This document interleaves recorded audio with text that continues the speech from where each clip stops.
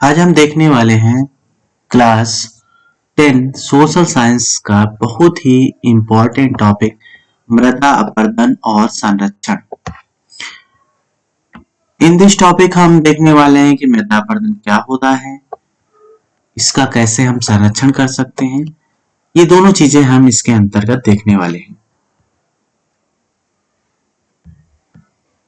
यहाँ पर हम देखेंगे कि मृदा के कटाव और उसके बहाव की प्रक्रिया को मृदा अपरदन कहते हैं। जो मिट्टी का कटना होता है और मिट्टी जो बह जाती है किन्हीं कारणों से, उसको हम क्या कहते हैं? मृदा अपरदन कहते हैं। ये आपके लिए बहुत ही ज्यादा इंपॉर्टेंट होने वाला है मृदा अपरदन। ये एग्जाम की दृष्टि से बहुत ही अच्छा क्वेश्चन है, तो ये मैं साइड में लिखे दे रहा हूं इंपॉर्टेंट चीजें, ये आपको याद करना है। आगे हम देखेंगे मृदा के बनने और अपरदन की क्रियाएं आमतौर पर साथ साथ चलती रहती हैं और दोनों में संतुलन होता है। कहने का अर्थ ये है कि प्रकृति में मृदा अपरदन यानी कि मिट्टी का जो कटाव है, मिट्टी का जो जुड़ना है, वो साथ साथ चलता रहता है और उसमें एक संतुलन बना रहता है। परंतु मानवीय क्रियाओं जैसे वनोन्मूलन यानी कि वनों का जो कटाव होता है, ये मानव के द्वारा जो क्रियाएं की जाती हैं, अति पशुचारण, पशुओं को चराना, निर्माण और खनन, निर्माण में बनाना, खनन माने खुदाई करना इत्यादि से कई बार यह संतुलन भंग हो जाता है। किन किन कारणों से संतुलन ये भंग हो जाता है? पहला आपका वनोन्मूलन, अति पशुचारण, निर्माण और खनन इत्यादि से जो क्या है, जो ये संतुलन बना है प्रकृति का, वो भंग हो जाता है तथा प्राकृतिक तत्व जैसे पवन, हिम नदी और जल मृदा अपरदन करते हैं। तो ये जो हमारे प्राकृतिक कारण है, यानी कि पवन, जब भी हवा चलती है तो उसके कारण जो है हमें क्या देखने को मिलता है? मृदा अपरदन देखने को मिलता है। भूमि का कटाव। हिमनदी क्या होता है? पृथ्वी की सतह पर विशाल आकार की गतिशील बर्फ राशि जो होती है, जो अपने भार के कारण पर्वतों से सरकती रहती है, उसको हम हिमनदी कहते हैं। उसकी वजह से भी भूमि का कटाव होता है। और जल यानी कि जब कोई जल बह रहा होता है, नदियों के द्वारा बह रहा है या ऐसे ही कहीं बह रहा है, तो उसकी वजह से भी क्या होता है? जल का कटाव होता है, यानी कि मृदा का कटाव होता है, मृदा अपरदन होता है।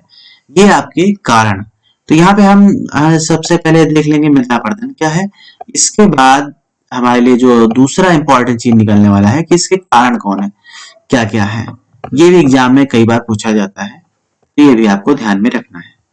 आगे हम देखते हैं बहता जल मृत्तिका युक्त मृदाओं को काटते हुए गहरी वाहिकाएं बनाता है, जिन्हें अवनलिकाएं कहते हैं। ऐसी भूमि जोतने योग्य नहीं रहती है और इसे उत्खात भूमि कहते हैं।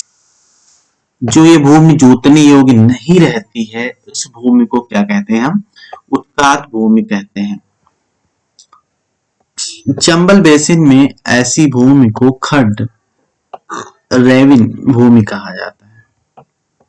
कई बार जल विस्तृत क्षेत्र को ढके हुए ढाल के साथ नीचे की ओर बहता है।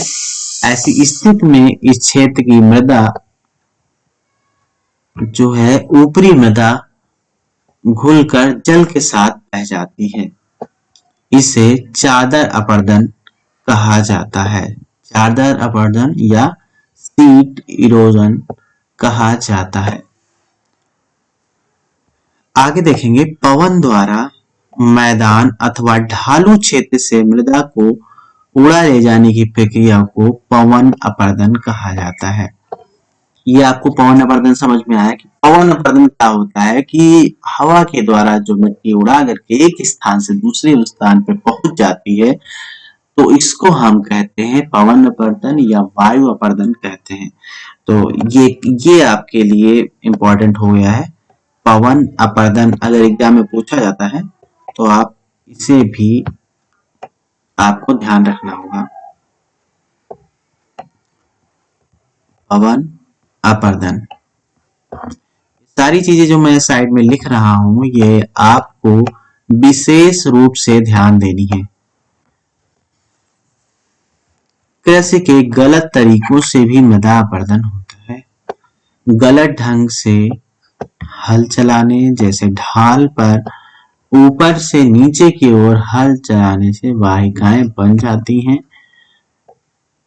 जिससे अंदर से बहता पानी आसानी से मृदा का कटाव करता है।